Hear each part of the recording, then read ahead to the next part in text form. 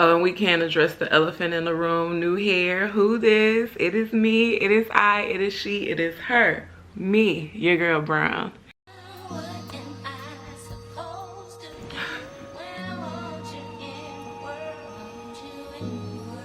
Hey y'all. You know, when people come back on camera and you know you ain't seen them in a couple of weeks and they want to act like they just been there. So let me explain. Before you be like, we ain't seen this girl in about 2 weeks, let me explain. Last time I talked to you guys, I believe I was telling you that I was going to be busy with registration with my school and all of that. So we did get through the first part of registration, which was pretty cool, laid back, you know. So I hope y'all parents out there did go register your babies pre-K and kindergarten. I mean, you do still have during the summer, but it's always beneficial if you go ahead and square that away in the beginning. So yeah, I was busy with registration, so y'all didn't hear from me that first week. And then I believe maybe around the second week, well, the second week made 4 years. It was like around April 15th, made 4 years that my dad did pass away.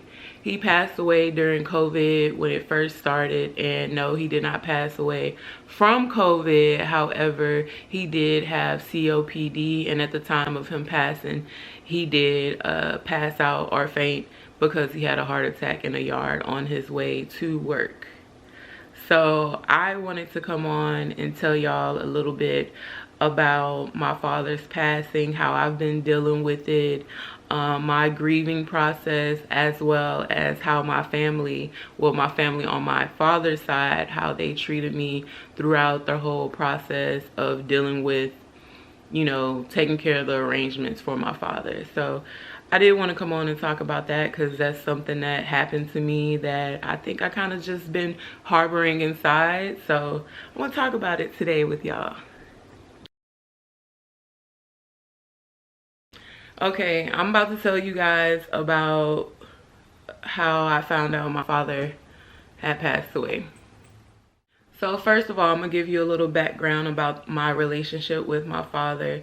I am the oldest child on both sides, on my mom's side as well as on my dad's side. And the reason why I'm giving this story time is to piggyback off of, I believe it was my last video when I posted the video of Ari and her sister, and they were just talking about the pressures of the oldest child and what a lot of eldest children do have to go through. So I just wanted to piggyback off of that.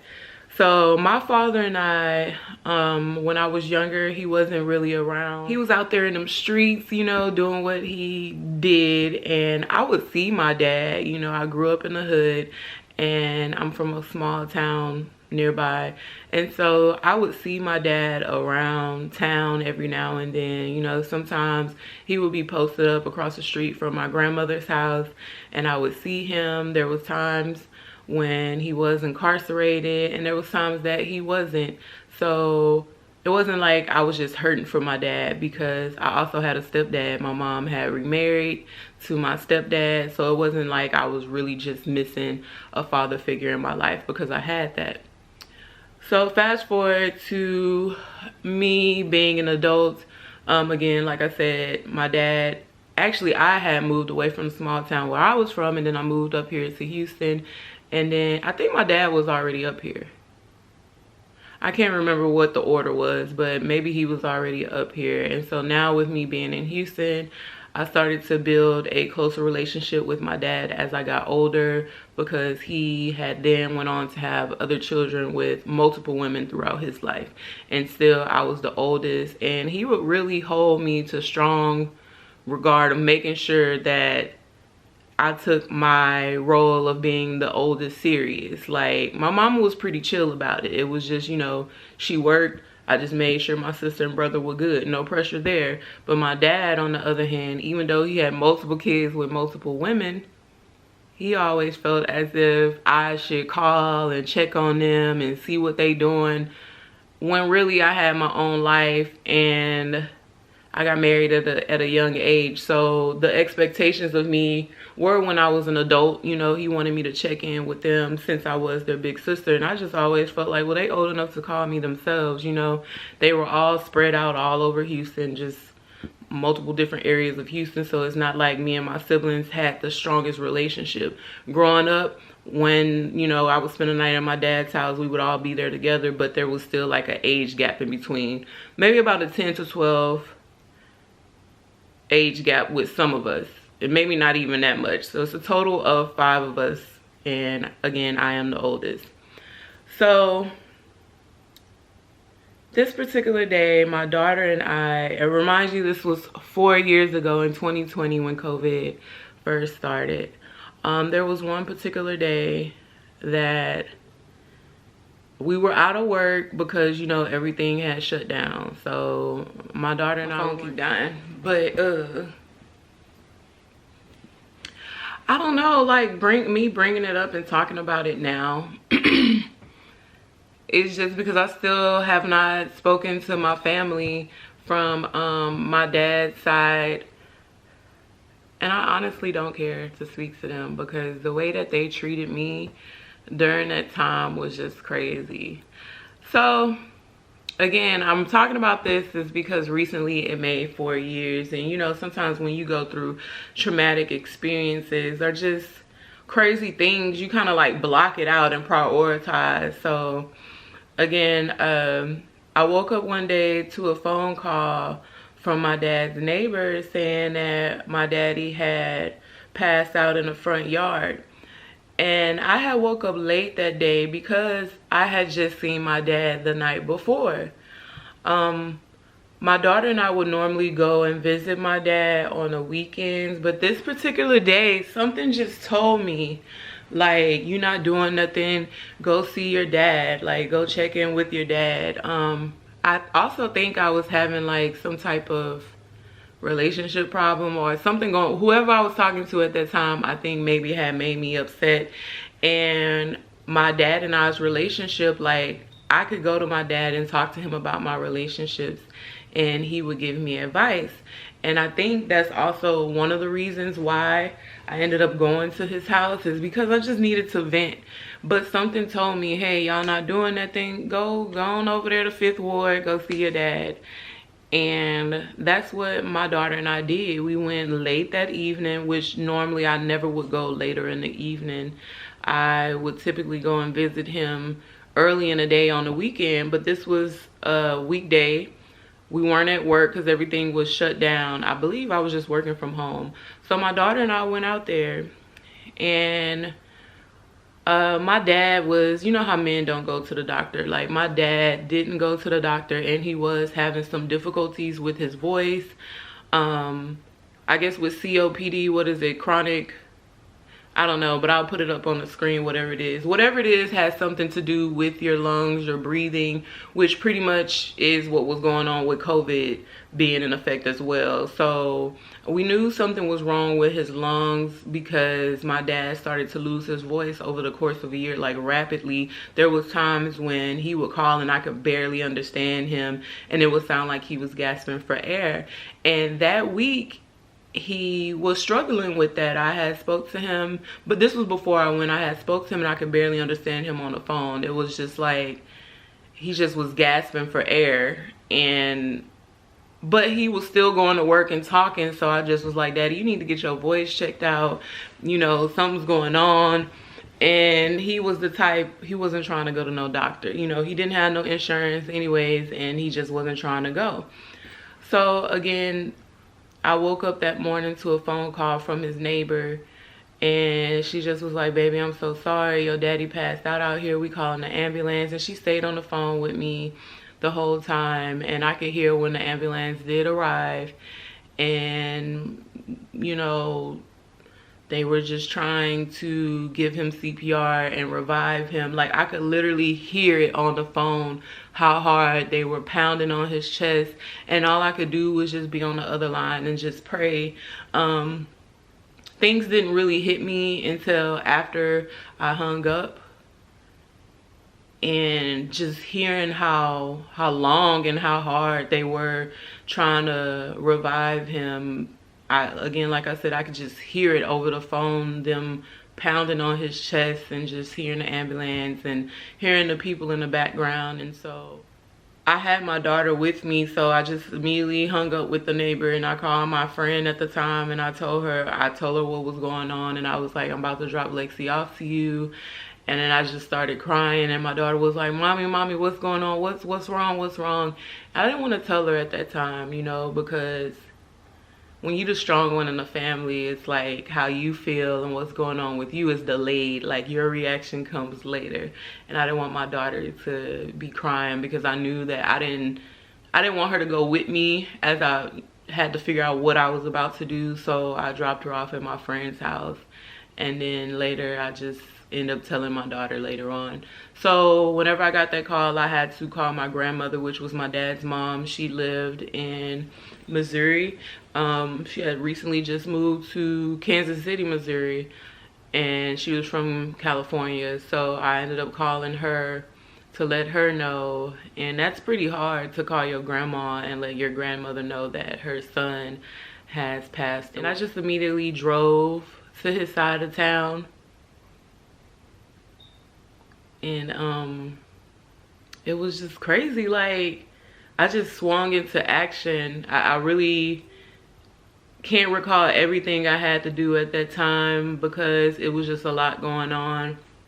My mom had just moved out of state as well, so I just immediately felt alone. And I called my friend, and he came, and I called him. He told me to go ahead and come to his house, and you know, I dropped my car off and we went to run some errands. I had to pull up to my dad's house. I had his phone, and I didn't have his belongings. I had his keys, but I was told that the car keys were on him when the ambulance transported him, and at that time this was also when hospitals were crowded. So it took me a minute to find out what hospital he was at, because by the time I got there, they had already left with him. And I had people calling already, not even within 2 hours, asking, did I want to donate his body, his organs? And it was just crazy to me.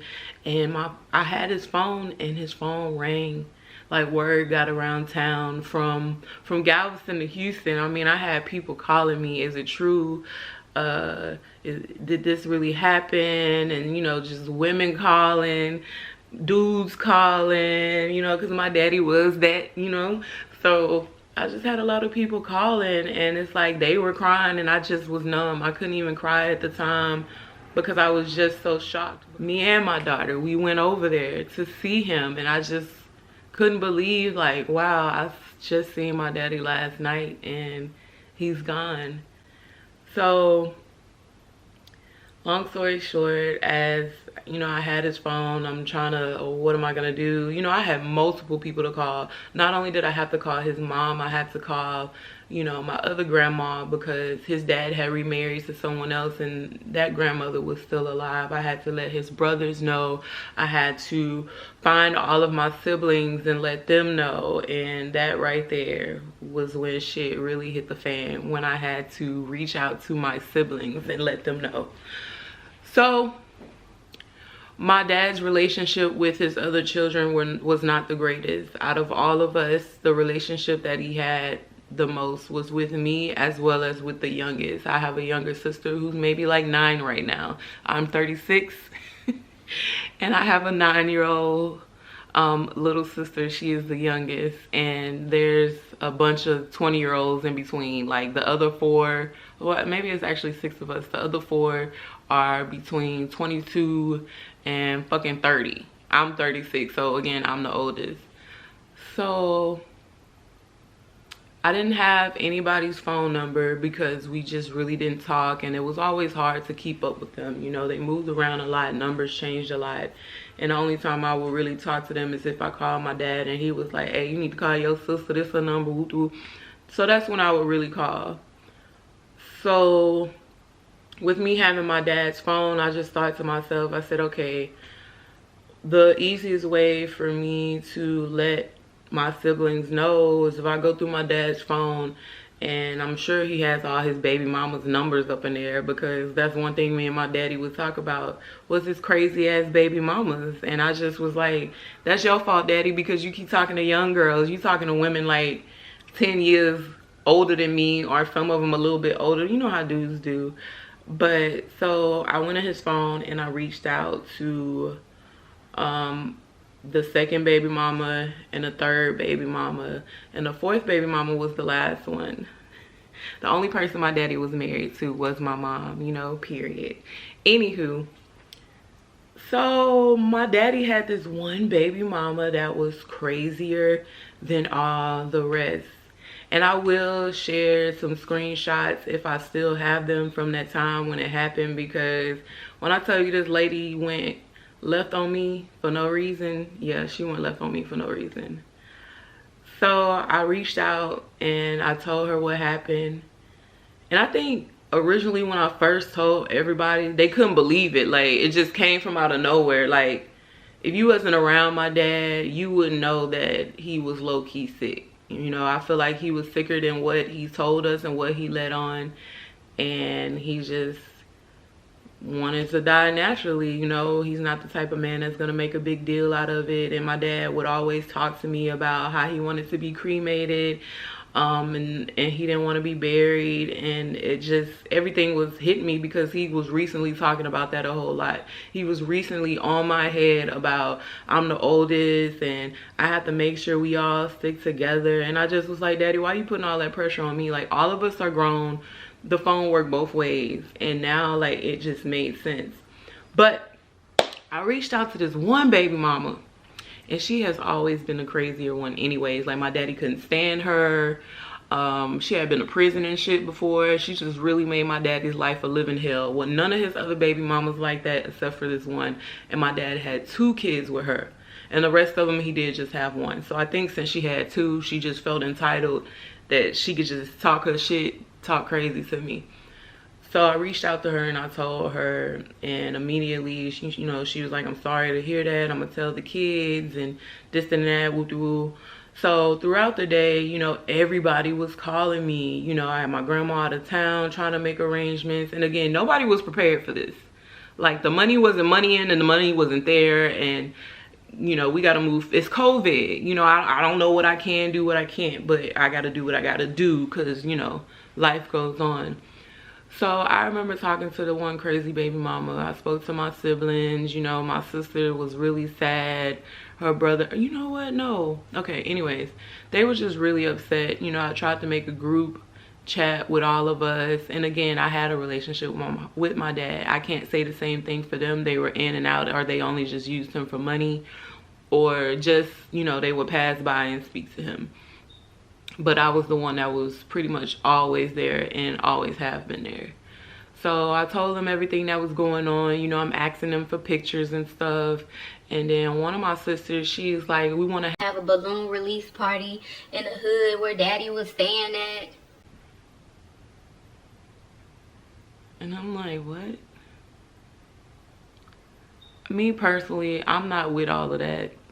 You know, we gonna have a balloon release. I get it, culturally, some black people do that. They like to spray paint, get shirts, and have a balloon release in the nearest hood where they was from and whatever set they was repping. But nah, like, my father was a classy man. Yes, he was a little hood and did what he did, but I'm not interested in no damn balloon release. Like, that's ghetto. So they was like, yeah, let's have a balloon release tomorrow. And they was all calling me, what daddy favorite color we gonna wear? All wear red. And it just was a lot, right? I wasn't, again, it hadn't even been 24 hours. So I had all these people calling me. So later that night when I spoke to my grandmother, you know, she was like, did you call all your siblings, let them know? And I was like, yes. And I talked to you know, this crazy baby mama, and I was just telling my grandma, I said, and they're just, everybody's trying to do whatever they trying to do, a balloon release and all this stuff. And my grandmother felt the same way. Like, she was like, no one cared, who's trying to do all of that? Like, she was taken aback by the whole balloon release thing too. And so my grandmother took it upon herself, hold on, excuse me, my grandmother took it upon herself to reach out to that crazy baby mom on her own. I told my grandma what they had planned, you know, and my grandmother took it upon herself, because she a little crazy too. And she never liked that lady. She took it upon herself to personally call her and tell her to stop calling me, harassing me about a balloon release, and give me time and allow me to take care of things the right way. I didn't tell her to do that, but I guess she can sense that I thought it was ridiculous, and she took it upon herself to charge that lady up, and that triggered her. So what that baby mom ended up doing was she decides to cuss me out, call me all kind of B's and H's, and I'm not my daddy only child. I got her and her kids effed up. I'm trying to leave them out of stuff they entitled to things too. Sweetheart, ain't nobody even to that part yet. Like, why are you worried about things and items and leaving who out of what?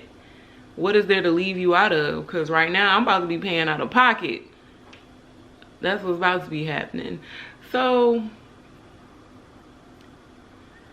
I just was getting all kind of messages, being cussed out and stuff, and I just was done with it once that lady did that. Like, and even towards my siblings, like, they started talking to me crazy in a group, and I'm a grown-ass woman, you know? So it's like, hold on. I'm over here. This is my daddy. Y'all wasn't even there. I'm over here going through it, and y'all just want to pick now the time to cuss me out, talk to me crazy, like, talk bad about my daddy, but y'all didn't have this energy. Like, y'all wasn't even around when he was here, and now y'all want to throw salt on my daddy name when he not here. And they was just really trying to get me to stoop to their level, and I just wasn't having it. Like, I had shit to do, so I just completely removed myself from the group. Whatever pictures they sent was what we went with, and I went on about my business. So it became an issue when it was time to clean out my dad's house. And again, none of this stuff was expected. Like, this was right when COVID was going on. I still hadn't got the autopsy back about, you know, what he passed from. So everybody was thinking it was COVID. And even going in my dad's house, like, it was a smell of just, I don't know, it just smelled like death. It smelled like sickness, and I just didn't even realize that the night before when I went. And it was just from the time of a couple of hours, the whole demeanor of the house just changed, and I had to let his landlords know what happened. I was not prepared to clean out a house. I was not in no place. Honestly, I didn't even want to step foot in there once he passed, because I felt like, is it COVID? Like, we didn't know. So I told my siblings, I said, I'll let y'all go in the house from oldest to youngest to go get whatever y'all want, because it's not like my daddy was some rich man with a whole lot of things or anything like that. And, you know, I told him, I said, I'll let y'all go in there from oldest to youngest. I do not live in the inner city of Houston. I do live on the outskirts. And so the next few days coming with me trying to make arrangements, me contacting his job. One of my sisters kept reaching out to me. You know, she wanted to go in the house and get some stuff because she was about to move, and she was like, oh, I'm gonna get this, I'm gonna get that. You know, their mind was just on all the wrong things. You know, what was in the house, what guns just everybody mind was on the wrong thing, and I just didn't have time for it. And I just feel like it was so disrespectful. And I remember one time my sister reached out to me and she was like, I'm on my way to daddy house, can you let me in? And it's like, girl, I work, like, I'm way on the other side of town. Just because you text and you on your way doesn't mean I'm about to drop and stop whatever I'm doing just to go and let you in. And there were times that I just wasn't responding because, you know, I had shit to deal with. And once they showed me their true colors, I was out of it. Y'all allowed y'all mama to cuss me out. Like, what the fuck? So I wasn't trying to talk to none of them. And so they just thought I was acting funny, trying not to let them in the house. And I proceeded to get more text messages. And I'll put them up on the screen right here if I do have some of them. They proceeded to cuss me out, call me all kind of names. And again, they was just making up stories. I don't know if my daddy told him he was rich, he had some money, but they were under the impression that my daddy, once my daddy passed, they was gonna be entitled to all of this stuff. I was like, where? Like, where? But yeah, so that happened. And then when it came to the funeral home, like once I came up with the money, you know, I had to ask family and stuff, speak to my mom came in town to help me out. Even doing the funeral arrangements was so crazy to me. Like doing an obituary for my dad, it's just, these things can happen and you got to be prepared because you never know when it's your parents' last time. And when I tell you, I had to pull it together and do what I had to do, meet with the funeral director, and but I went with somebody that my sister knew, which was a blessing because I'm the type, I'm not about to keep calling. I want to get this done and over with so that I could grieve in peace. Because the way that these people are treating me, I'm about to hurt somebody. You feel me? So dealing even with the funeral home, I squared everything away with the funeral home, and then one day the lady from the funeral home called me to go over some stuff, and she was like, yeah, you called me earlier and you said you wanted me to split up the ashes. And I was like, huh? I wanted you to what? So long story short, I'm not gonna get into all of that about the ashes, you know, but long story short, I had one of my sisters calling the funeral home acting like me, and she just started trying to make changes to things as if she was running a show. Again, remind you, we are all adults. No one had any money to chip in so that I could make these arrangements. And everybody had then cussed me out, talked to me crazy. So if they was trying to still talk to me after that, I wasn't getting it nor trying to hear it. It just was a lot of back and forth with my siblings, a lot of disrespect towards me. They ganged up on me, was talking to me crazy. And even at one point, my grandmother from out of state, she was like, you know, I'm not there to make sure everything is okay. And she couldn't even fly down because my grandma like was almost, you know, in her late 60s. And so with COVID, she couldn't travel because everybody was scared to travel. They was going to get sick. So she was like, I'm expecting you to take care of everything. And it doesn't matter if they're talking to you crazy. You're the oldest. You're supposed to be the bigger person. Nah, man, this is beyond being a bigger person. Everybody is treating me wild like this ain't my daddy. Everybody that I'm dealing with talking to me crazy was not even here. They wasn't even around. And I'm supposed to just take that, allow y'all to talk to me crazy? No, ma'am. So I ended up kind of also getting mad at her. I was like, you know what? Once all of this comes back, she can get whatever. I'ma just, hey, do whatever. I don't want nothing to do with nobody. But I'm giving y'all the short version of the story, but I'm saying all this to say that it's unfortunate how people treat family members when their parents or aunts and uncles, just any family member passes. It's unfortunate to see siblings fall out because they're mad that they were left out of decisions or just anything that goes with when your parents pass away. And with this coming up on the 4th year that my dad has been gone, sometimes I just wonder, you know, if he's looking down on me, if he's proud of me.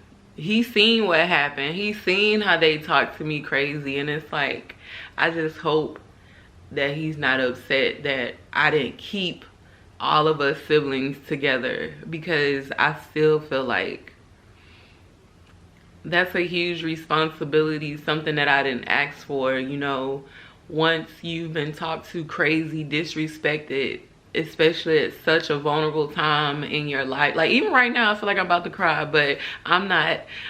Even just right now, with your parent passing at such a vulnerable time, you would expect for people to have empathy for you, and they didn't. You know, they said my brother said a lot of mean and hurtful things, my sisters, and I just felt like I didn't deserve that. And I felt like everybody just couldn't wait to just say whatever they wanted to say about me. You know, they felt like, oh, you think you better than us because you ain't grow up and you wasn't in the hood still. It just was all kind of craziness, and I just ain't have time for it. And so I just hope when my daddy come and see about me, he's proud that he understands why I did what I did, why I distanced myself. You know, that's him. He decided to have all them baby mamas and kids. Why I don't, you see the pressure's still there. But yeah, I just wanted to share that with y'all because I know I'm not the only one. I've seen other people talk about how they fall out with their family when someone passes away, and it shouldn't be like that. And you know, I just hope my father continues to rest in peace. I was able to go swing by his old hood and just be in remembrance of him. You know, the times we would sit on the porch and talk, the times he would cook for me. Like, I really miss my daddy cooking for me because he used to make sure your girl was taken care of, and I miss him. I really do. But it is what it is. I'm just grateful I did have that relationship with my dad, and I know that's something that my siblings can't say, and I think that's why they were so hurt, because they were very disrespectful to my father. And when you're disrespectful to somebody and you never apologize or check on them or go and see about them, you're gonna feel some type of way when they pass away, knowing that you did not get to say that you were sorry, and knowing that you did not get to say that you loved them. But I can honestly say I was able to see my father the night before he passed. I was able to hug him, tell him I love him. My daughter was able to be with him, sit with him before he passed, love him, and also tell him, you know, goodbye. She was able to hug him, and I'm forever grateful for that. And again, when God is talking to you and trying to tell you something, make sure you take heed to that little voice, because if I hadn't have went that night before, I probably would have been feeling a little bad, because God definitely did pull up on me and tell me to go see about my daddy. So that's all I have for this story time. And if anybody else out there has went through their family treating them like shit once their parent or someone close to them passed away, let me know down below in the comments. And hugs to anybody who is going through it right now. Again, this recently made 4 years that my father has been gone, and it still feels new to me. I miss him, but again, I'm grateful, and that's what keeps me out of being depressed. I just wish sometimes I had his advice to hear when I go through problems, because he always had some real stuff to say. You know, my mom is the same way. My mama always keep it real with me, and it just was always better when you had two people, the best of both worlds, giving you advice, being proud of you, and just cheering you on. And it's like, you know, when you lose a parent, you lose a huge part of you. But I'm still continuing to grind and letting my light shine and being the best of help to everybody out here. And I'll check in with y'all later. Y'all take care.